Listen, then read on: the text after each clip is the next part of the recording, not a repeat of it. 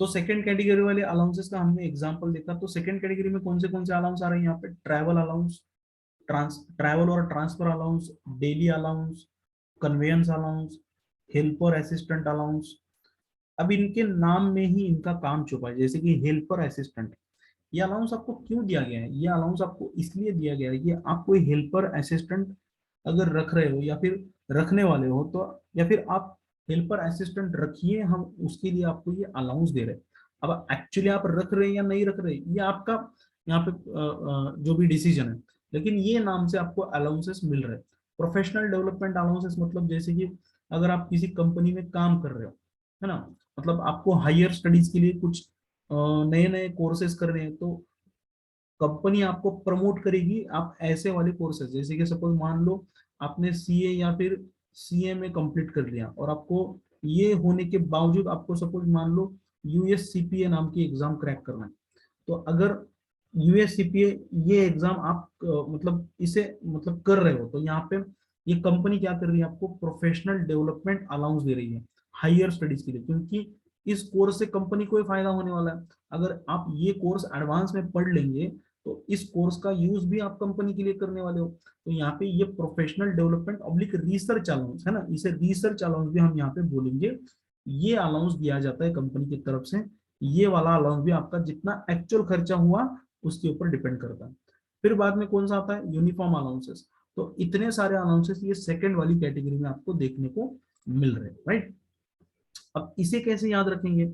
इसे याद रखने के लिए मैंने फिर से यहाँ पे एक हिट दिया है, HRUTCD। अब इसका मतलब क्या होता है? इसका मतलब ये होता है हाउ आर यू, है ना। शॉर्टकट में इसे क्या बोलेंगे? How are you, take care dear. How are you, take care dear. अब how are you, take care dear, one by one देख लेते। एच नाम से कौन सा अलाउंस बोल रहा है यहाँ पे? एच नाम से बोल रहा है हेल्पर असिस्टेंट अलाउंस बोल रहा है। आर नाम से रिसर्च या फिर प्रोफेशनल डेवलपमेंट अलाउंस बन रहा है ना। फिर बाद में बन रहा है यू से बन रहा है यूनिफॉर्म अलाउंस बन रहा है। टी से बन रहा है यहाँ पे ट्रैवल और ट्रांसफर अलाउंस बन रहा है। सी से बन रहा है यहाँ पे कन्वेंस अलाउंस बन रहा है। और डी से बन रहा है यहाँ पे डेली अलाउंस बन रहा है। तो ये सारे अलाउंसेस है। इसे आप याद रखेंगे, कैसे याद रखेंगे? How are you, take care dear. दिमाग में फिट कर लेना। एसएनडीटी में कॉफी हाउस, एसएनडीटी में कॉफी हाउस वाले जो अलाउंसेस रहेंगे वो कैसे रहेंगे? फुल्ली टैक्सेबल रहेंगे। How are you, take care dear वाले जो अलाउंसेस रहेंगे वो कौन से रहेंगे? एक्चुअल एक्सपेंडिचर कितना है उसके ऊपर आपका एग्जाम्पशन डिपेंडेंट है। और थर्ड कैटेगरी जो होंगी, वो थर्ड कैटेगरी वाले जो अलाउंसेस हैं वो डिपेंड कर, ये यहाँ पे डिपेंड नहीं करते आपके एक्चुअल एक्सपेंडिचर पे। यहाँ पे आपको फिक्स डिडक्शन मिल जाएगा। क्या मिल जाएगा? फिक्स डिडक्शन मिल जाएगा। फिक्स डिडक्शन का मतलब जानते हो कि इनकम टैक्स लॉ में इसको फिक्स डिडक्शन दिया गया है। आपको चाहे कितना भी अलाउंस मिले, इनकम टैक्स ने यहाँ पे फिक्स डिडक्शन दे दिया है। यहाँ पे पहला वाला अलाउंसेस कौन सा है? चिल्ड्रन एजुकेशन अलाउंस है, चिल्ड्रन हॉस्टल अलाउंस है, मतलब इस नाम से अलाउंसेस मिलते हैं। Truck driver allowances, transport allowance, tribal area, tribal मतलब रिमोट एरिया, मतलब जैसे कि आप पहाड़ों में काम करते हो, तो पहाड़ों में काम करना बहुत रिस्की होता है। तो अगर आप ऐसी जगह पे काम कर रहे हो, तो ये वाले जो अलाउंसेस होगा इसे ट्राइबल एरियाज अलाउंस यहाँ पे बोला जाता है। स्पेशल कॉम्पेंसेटरी अलाउंसेस और बॉर्डर एरिया अलाउंसेस, मतलब बॉर्डर पे आपका काम चल रहा है, तो बॉर्डर पे बहुत रिस्क होता है, तो यहाँ पे अलग ही बॉर्डर के नाम से आपको एक अलाउंस दिया जा रहा है। तो इसे याद रखने के लिए यहाँ पे मैंने थर्ड हिंट दिया है यहाँ पे, बेस्ड सिटी स्क्वायर, है ना। Based city square, city square का मतलब होता है टी नाम से यहाँ पे दो अलाउंसेस है, truck driver allowances, tribal allowances. मैंने यहाँ पे क्या किया?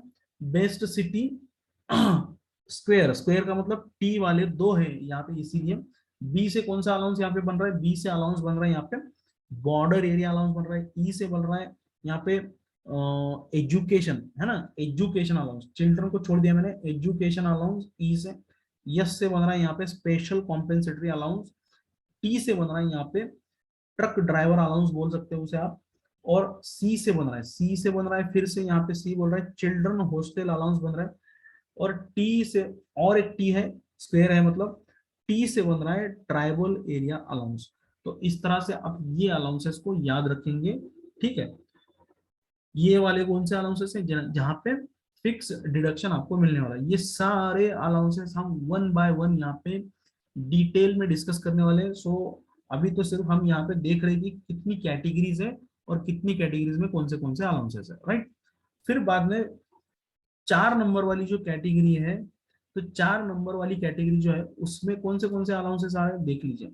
4 नंबर वाली कैटेगरी कौन सी कैटेगरी है, सबसे पहले ये देख लीजिए। 4 नंबर वाली जो कैटेगरी है वो है फुल्ली एग्जम्प्ट वाली कैटेगरी, मतलब ये अलाउंसेस किसी किसी को मिल रहे हैं तो इनके ऊपर टैक्स लगेगा क्या ना, मतलब बहुत खुश होने की जरूरत है, इनके ऊपर टैक्स नहीं लगता, क्योंकि ये वाले स्पेशल अलाउंसेस है और स्पेशल पर्सन को ही अलाउंसेस दिए जाते हैं।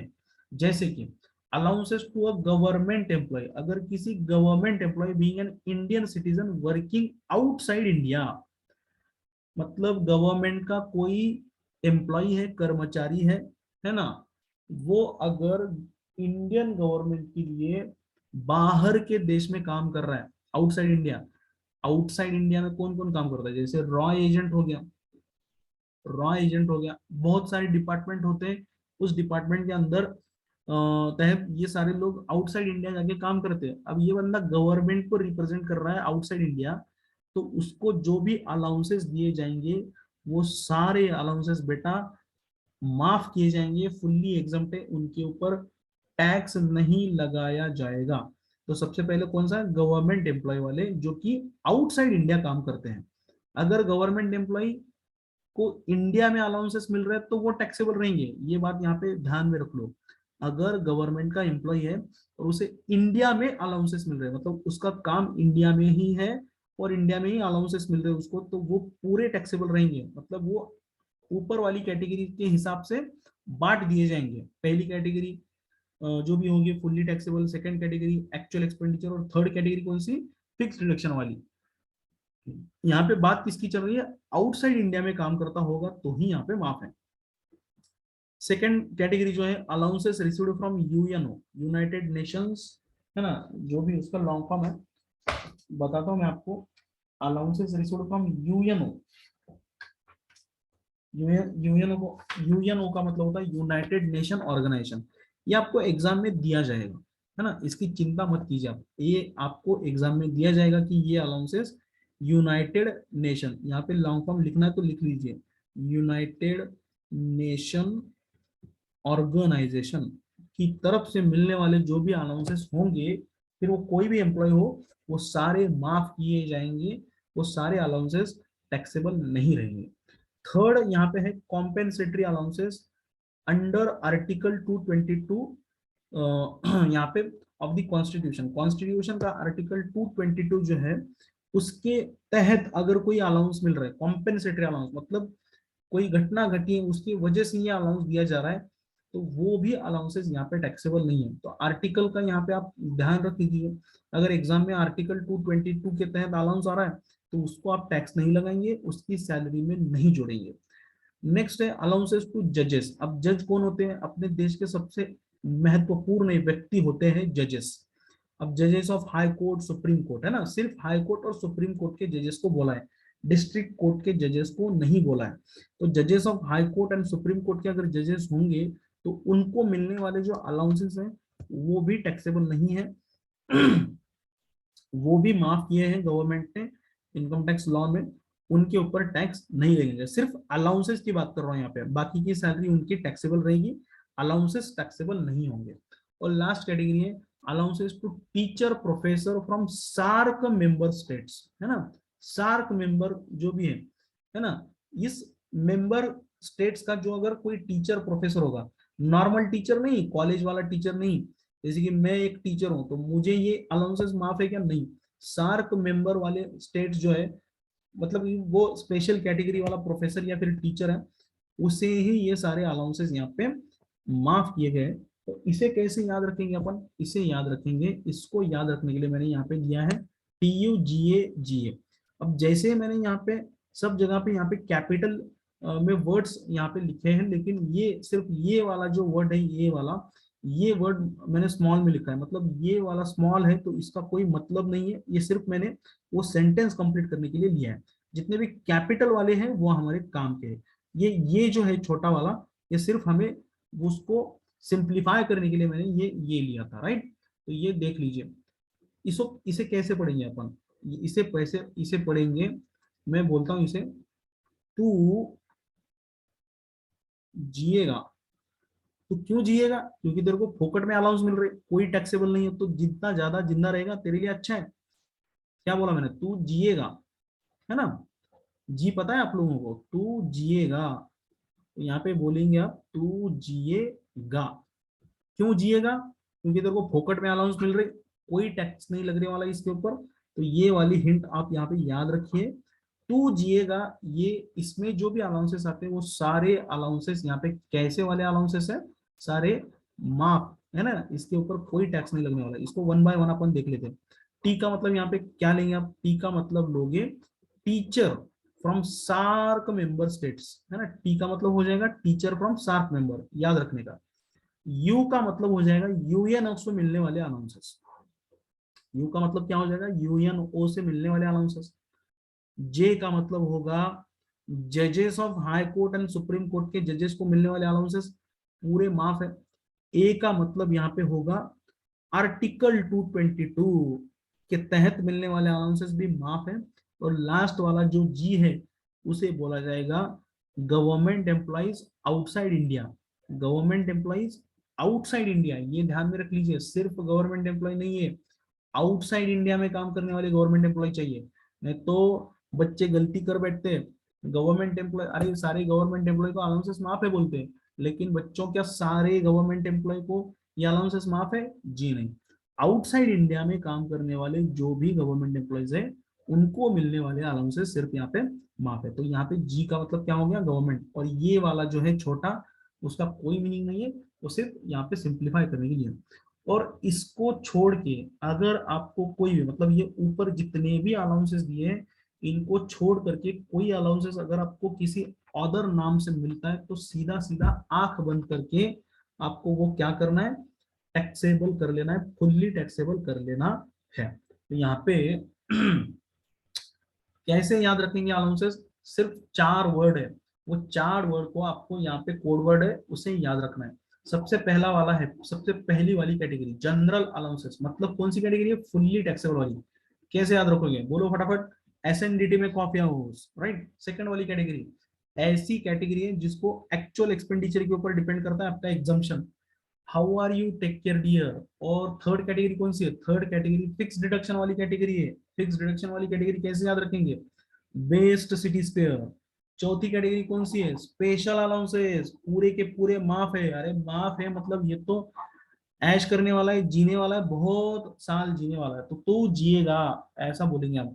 और लास्ट कैटेगरी, अगर कोई ये वाले अलाउंसेस छोड़ के मुझे कोई अलाउंस मिलता है तो वो सारे अलाउंसेस बेटा एग्जम्प्ट रहेंगे, उनके ऊपर कोई टैक्स नहीं लगेगा, right. I hope you understood, I hope you enjoyed the lecture, right.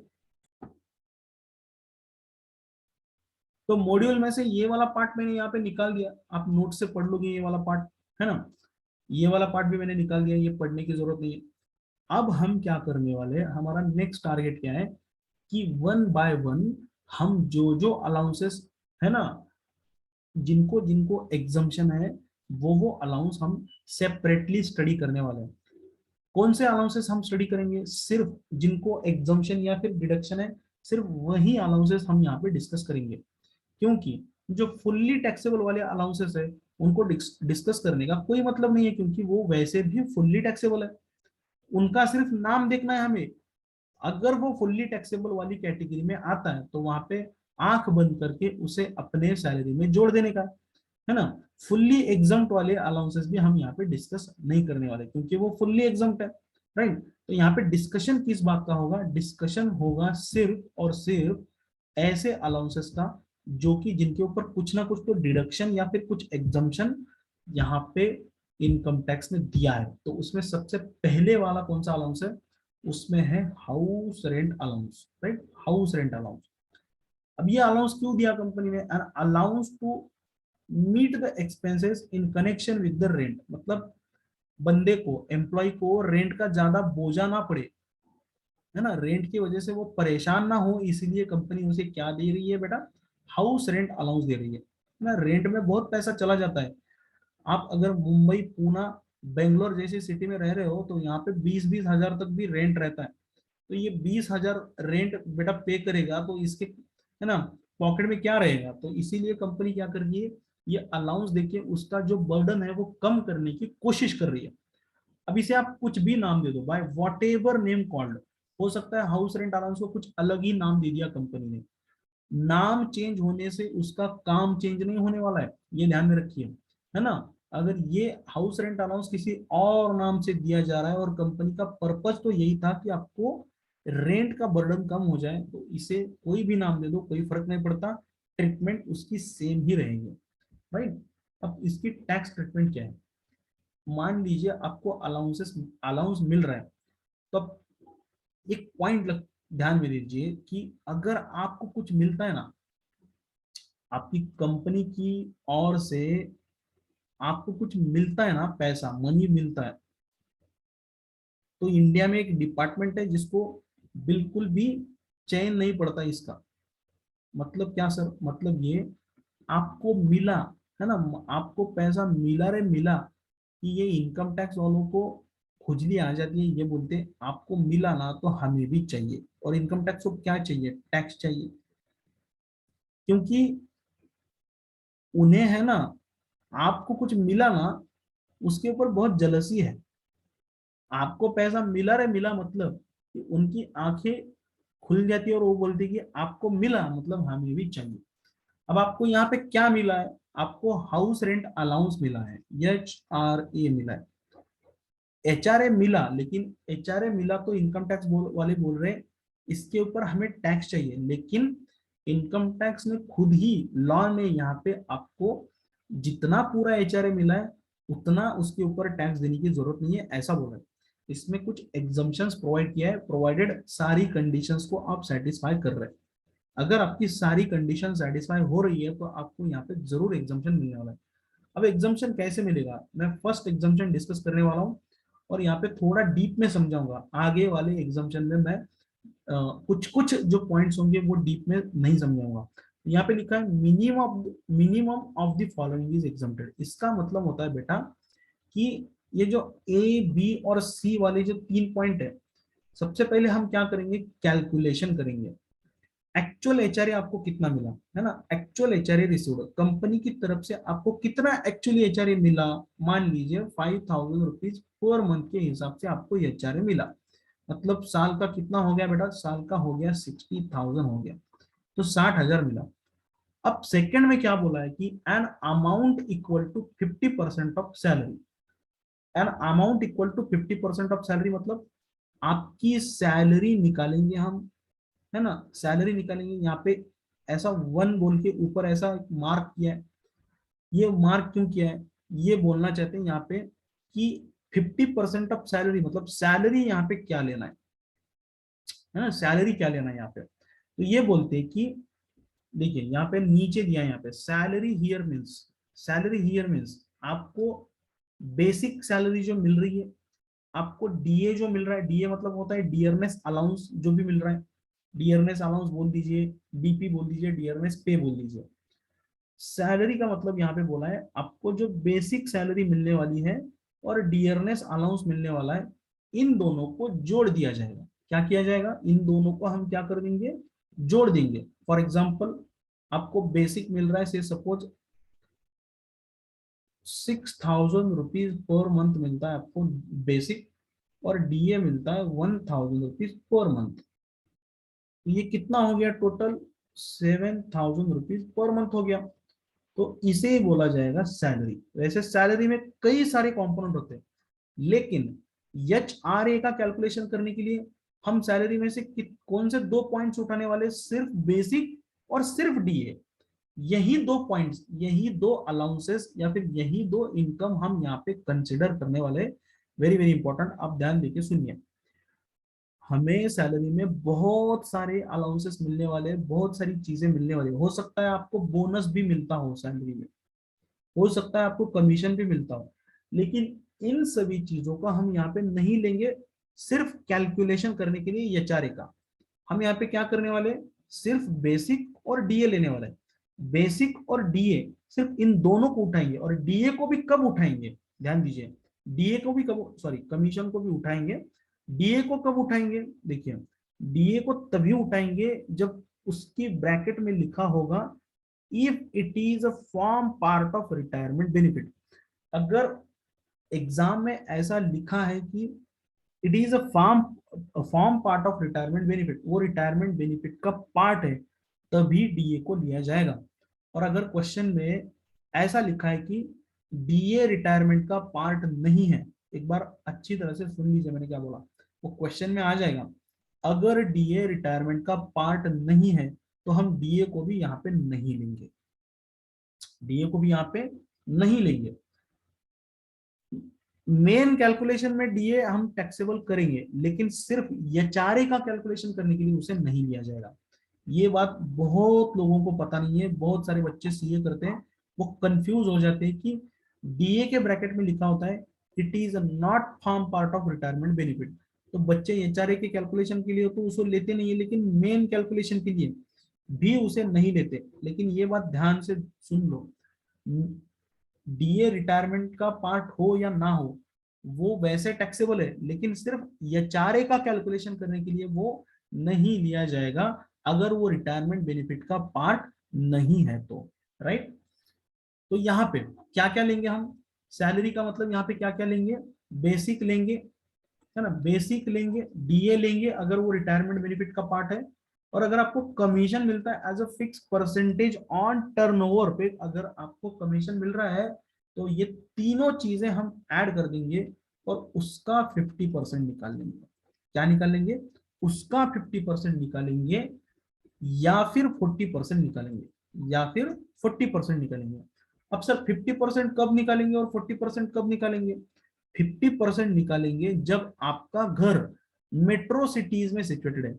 अब सर मेट्रो सिटीज कौन सी होती है, वैसे देखा जाए तो इंडिया में 4 मेट्रो सिटीज है, मुंबई, दिल्ली, चेन्नई और कलकत्ता, ये 4 मेट्रो सिटीज है। अगर इन 4 मेट्रो सिटीज में आपका घर है और आपको ये चारे मिल रहा है तो यहाँ पे 50% ऑफ सैलरी यहाँ पे कंसिडर किया जाएगा, अदरवाइज 40% ऑफ सैलरी यहाँ पे कंसिडर किया जाएगा, है ना। अगर किसी अदर प्लेस पे हाउस सिचुएटेड है तो यहाँ पे 40% ऑफ सैलरी लिया जाएगा। तो सबसे पहले क्या लिया हमने, आपको एचआरए कितना मिला और आपकी सैलरी कितनी, तो हमने यहाँ पे एग्जाम्पल में लिया था, आपको बेसिक सैलरी मिल रही है 6,000 रुपीज और डीए मिलता है 1,000 रुपीज, तो 7,000 कमीशन नहीं मिलता। 7,000 मल्टीप्लाई बाय 12 कितना होता है, 7,000 मल्टीप्लाई बाय 12, एक महीने का 7,000, तो 12 महीने का कितना हो गया, ये हो गया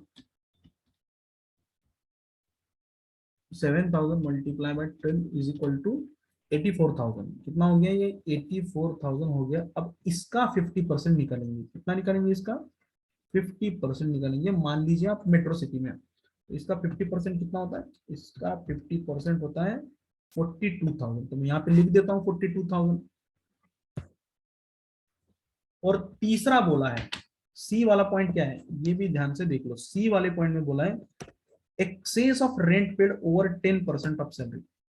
यहां पे बोला है कि आप अपनी सैलरी का 10% ले लो। अब सैलरी तो हमने निकाल ली, कितनी सैलरी है, 84,000 सैलरी हो रही है हमारी बेसिक प्लस डीए, इसका 10% निकाल लीजिए, इसका 10% कितना हो जाता है, तो 84,000 का 10% हो जाता है यहाँ पे 8,400। तो ये बोलते हैं कि आप कितना रेंट पे करते हो, रेंट पेड कितना करते हो, मान लीजिए आप साल का रेंट पेड करते हो, है ना, से 56,000 रेंट पेड करते हो मान लीजिए, है ना, तो उसमें से माइनस कर दो आपकी सैलरी का 10%, तो ये मैंने माइनस कर दिया इसमें 8,400।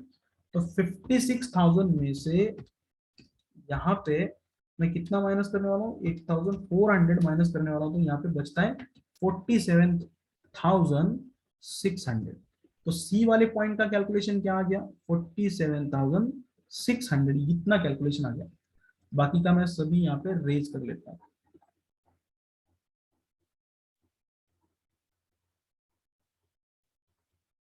राइट। तो सबसे पहले क्या देखा हमने, हाउस रेंट अलाउंस को कैसे टैक्सेबल करना है, तो टैक्स ट्रीटमेंट कैसे करनी है। तो यहाँ पे देखा हमने बंदे को एक्चुअल एचआरए कितना मिला, कंपनी की तरफ से एचआरए कितना रिसीव किया उसने, 20 सॉरी 60,000 उसको HRA मिल रहा है, मतलब कंपनी उसको घर का भाड़ा देने के लिए 60,000 रुपीज दे रही है। सेकंड पॉइंट में हमने क्या यहाँ पे कैलकुलेशन किया, सेकंड पॉइंट में किया हमने कि उसकी 40% या फिर 50% ऑफ सैलरी कितना होता है, तो 50% 40% सैलरी कितना हो गया, 42,000 हो गया। और थर्ड में देखा कि वो जो रेंट पेड कर रहा है उसमें से मैंने 10% सैलरी को माइनस किया तो कितना आ रहा है। तो यहाँ पे तीनों अलग अलग अमाउंट यहाँ पे आ गई है। पहली केस में 60,000 मिला, 42,000 सेकंड वाला कैलकुलेशन, और थर्ड कैलकुलेशन हो गया 47,600। अब ये वाली लाइन पढ़ना जो पहले दिया है, minimum of the following is exempted. Exempted का मतलब क्या है, इन तीनों में से जो छोटी अमाउंट होगी, अब तीनों में से छोटी अमाउंट कौन सी है बेटा, तीनों में से छोटी अमाउंट है ये 42,000 वाली छोटी अमाउंट है। ये छोटी अमाउंट आपको माफ कर दी जाएगी या फिर आपको यहाँ पे उसके ऊपर छूट मिल जाएगी, है ना। तो यहाँ पे कैलकुलेशन कैसे होगा, तो कैलकुलेशन ऐसे होगा कि आपको अलाउंस कितना मिला, 60,000।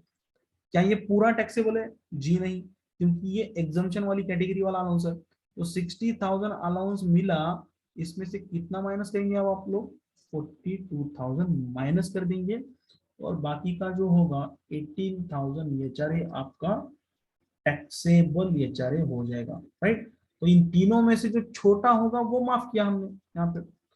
अब अगर आपको मान लीजिए कोई दूसरा अलाउंस, ये वाली कैटेगरी वाला हमने जो देखे सिटी कॉम्पेंसेटरी अलाउंस मिलता है, तो ये सिटी कॉम्पेंसेटरी वाला अलाउंस कौन सी कैटेगरी वाला अलाउंस था, ये फुल्ली टैक्सेबल वाली कैटेगरी वाला अलाउंस था। तो यहाँ पे ये अलाउंस अगर आपको मान लीजिए 5,000 रुपीज मिला, तो इसमें से कुछ माइनस होने वाला है क्या, नो, इसमें से कोई माइनस नहीं होने वाला, ये पूरे 5 के 5 यहाँ पे टैक्सेबल होने वाले, क्योंकि यहाँ ये कौन सा अलाउंस है, फुल्ली टैक्सेबल कैटेगरी वाला अलाउंस है, राइट। लेकिन HRA के केस में ऐसा नहीं है, HRA की केस में ये अलाउंस आपको पूरा टैक्सेबल नहीं है। इस तरह से आप कैलकुलेशन करना पड़ेगा और देखना पड़ेगा कि इसमें से कितना अमाउंट यहाँ पे टैक्सेबल होने वाला है। I hope you understood.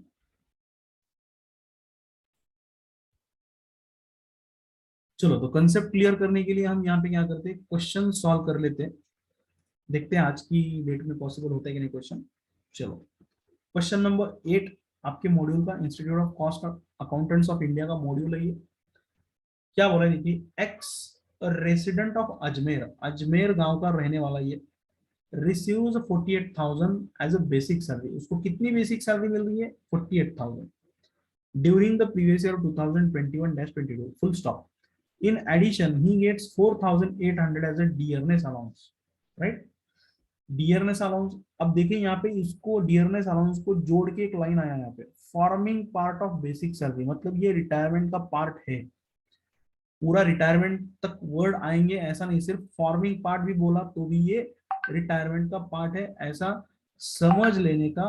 और यहाँ पे हमें ये आ गया समझ में कि ये बेसिक सैलरी में डीए जोड़ने का। 7% commission on sales made by him, sale made by X during the relevant previous year 86,000। तो उसको कितना परसेंट कमीशन मिलता है, 7% कमीशन मिलता है सेल के ऊपर, और सेल कितना हुआ है 86,000। And ₹6,000 as a house rent allowance मिल रहा है। उसे कितना अलाउंस मिल रहा है, house rent allowance 6,000 rupees allowance मिल रहा है। He however pays 5,800 as a house rent. वो खुद रेंट कितना पे करता है, उसका अलाउंस मिल रहा है 6,000, रेंट पे कर रहा है 5,800, right. Determine the quantum of exempted house rent allowance. अब आपको क्या मिला, बेसिक सैलरी मिली कंपनी की तरफ से, ये टैक्सेबल है क्या सर, जी हाँ ये फुल्ली टैक्सेबल है, इसे तो हम छोड़ेंगे नहीं। डियरनेस अलाउंस टैक्सेबल है क्या, यस टैक्सेबल है। कमीशन टैक्सेबल है, आपको जो जो मिल रहा है वो सारा टैक्सेबल है। लेकिन इसमें से कुछ कुछ ऐसे अलाउंसेस है जिनको यहाँ पे इनकम टैक्स ने खुद एग्जम्पशन दिया है। तो ये एग्जाम में हमें, ये एग्जाम्पल में हमें क्या पूछा है, ये एग्जाम्पल में हमें सिर्फ ये बोला है कि बाकी का छोड़ दो, हमें सिर्फ हाउस रेंट अलाउंस कितना टैक्सेबल होने वाला है वो जानने की यहाँ पे हमें इच्छा है। तो यहाँ पे हाउस रेंट अलाउंस को मैं यहाँ पे हाईलाइट कर देता हूँ, कितना हाउस रेंट अलाउंस मिला उसको, 6,000 रुपीज हाउस रेंट अलाउंस मिला, राइट। अब ये 6,000 मिला, क्या ये पूरा टैक्सेबल है, जी नहीं पूरा टैक्सेबल नहीं है। तो कितना टैक्सेबल है, इसके लिए हमें क्या करना पड़ेगा, इसके लिए हमें कैलकुलेशन करना पड़ेगा।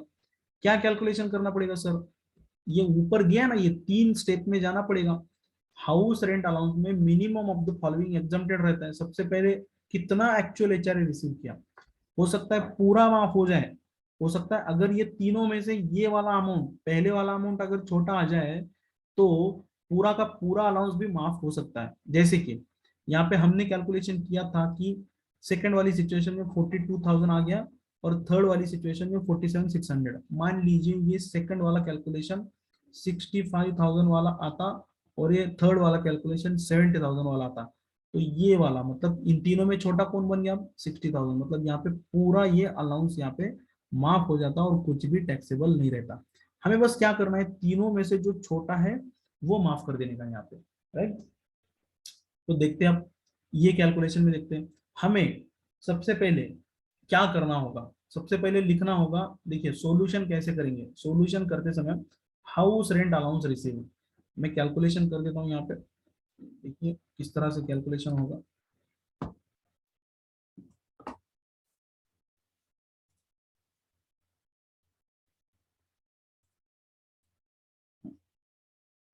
तो मैं यहाँ पे लिखूंगा HRA रिसीव्ड, मुझे कितना HRA रिसीव मिला, कितना मिला मुझे 6,000 मिला, राइट। तो मैं यहाँ पे 6,000 को यहाँ पे लिख देता हूँ।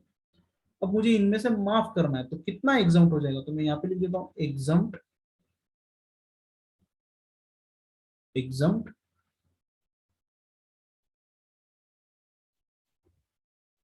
Minimum of the following.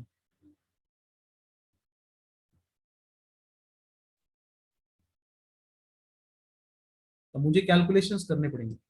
सबसे पहले एक्चुअल HRA रिसीव्ड, क्या इतना माफ हो जाएगा मेरा एक्चुअल HRA रिसीव्ड। एक्चुअली मुझे कितना HRA मिला है 6,000। क्या मेरा पूरा माफ होगा, नहीं, देखा जाएगा तीनों में से कौन छोटा है वो देखा जाएगा। सेकंड नंबर, अब ये अजमेर में रहता है, घर भी अजमेर में है शायद, तो 40% ऑफ सैलरी लेना पड़ेगा, 40% ऑफ सैलरी लेना पड़ेगा। अब 40% ऑफ सैलरी निकालने के लिए मुझे सैलरी यहाँ पे क्या क्या लेना पड़ता है, सैलरी में, सैलरी में मुझे लेना पड़ता है basic plus DA plus commission.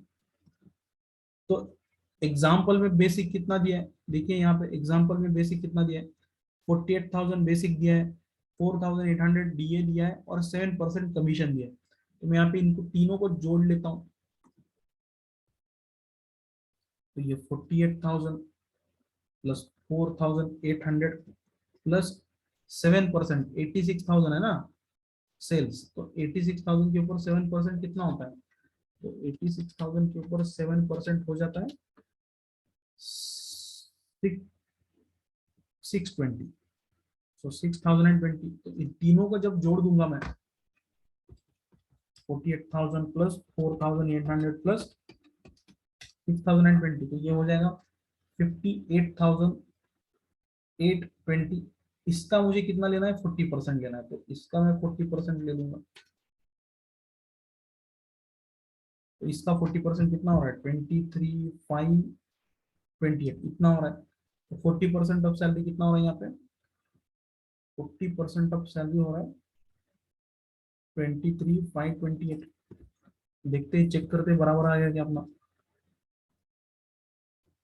तो कैलकुलेशन बराबर है अपना, राइट। सो तीन ये आ गया अपना बराबर, राइट, ये भी आ गया अपना बराबर। और थर्ड है यहाँ पे, थर्ड है यहाँ पे रेंट पेड, मैं कितना रेंट पे कर रहा हूँ, -10% ऑफ सैलरी। तो वो कितना रेंट पे कर रहा है, वो रेंट पे कर रहा है 5,800 रेंट पे कर रहा है, -10% ऑफ सैलरी। अब सैलरी का 10%, इसी का 10% ले लेंगे, तो 58,820 का 10% कितना होता है, ये हो जाता है 5,882। मतलब क्या, ये अमाउंट में से ये अमाउंट नहीं माइनस हो सकती, तो यहाँ पे मैं नील लिख दूंगा, माइनस में जा रहा है तो नील लिख दूंगा। तो अब मुझे बोलो इन तीनों में से छोटी अमाउंट कौन सी है, इन तीनों में से छोटी वाली अमाउंट कौन सी है? क्या 6,000 छोटी है? क्या 23,528 छोटी है? क्या नील अमाउंट छोटी है? नील का मतलब जीरो जीरो होता है। बोलो तीनों में से कौन सी छोटी अमाउंट? जीरो जीरो वाली अमाउंट छोटी है। तो मैं यहाँ पे जीरो जीरो लिख दूंगा, मतलब क्या माइनस हो जाएगा? 6,000 में से कुछ भी माइनस नहीं होगा बेटा, तुम्हारा एचआरए पूरी तरह से टैक्सेबल हो जाएगा, क्योंकि इन तीनों में सबसे छोटी वाली अमाउंट कौन सी है? जीरो हो जाएगा। तो टैक्सेबल एचआरए कितना हो जाएगा अपना? टैक्सेबल एचआरए यहाँ पे हो जाएगा पूरा का पूरा 6,000 एचआरए आपका यहाँ पे टैक्सेबल हो जाएगा। यहाँ पे देखते हैं अपन अपना आंसर मॉड्यूल के हिसाब से बराबर आया कि नहीं। तो यहाँ पे देखिए taxable house rent allowances 6,000। तो आई होप यू अंडरस्टूड। सो आज की क्लास में हम यहीं पे रुकते हैं, मिलते हैं अगली क्लास में जिसमें हम क्वेश्चन नंबर 9 सॉल्व करेंगे, अलग अलग क्वेश्चन सॉल्व करेंगे, और बाकी के सारे जो अलाउंसेस होंगे उनको भी नेक्स्ट सेशन में, नेक्स्ट क्लास में स्टडी करेंगे। तब तक के लिए आप आज की क्लास में जितना भी पार्ट हुआ है वो सभी पार्ट रिवाइज कीजिए। इसमें अगर कुछ डाउट आता है तो मुझे जरूर कमेंट करके पूछना, जरूर पूछिए। मैं नंबर भी वहां पे दे दूंगा, और अगर आपको किसी को फोन पे बात करना है तो आप फोन पे भी बात कर सकते हो। तो आज के लिए रुकते हैं, आप बस प्रैक्टिस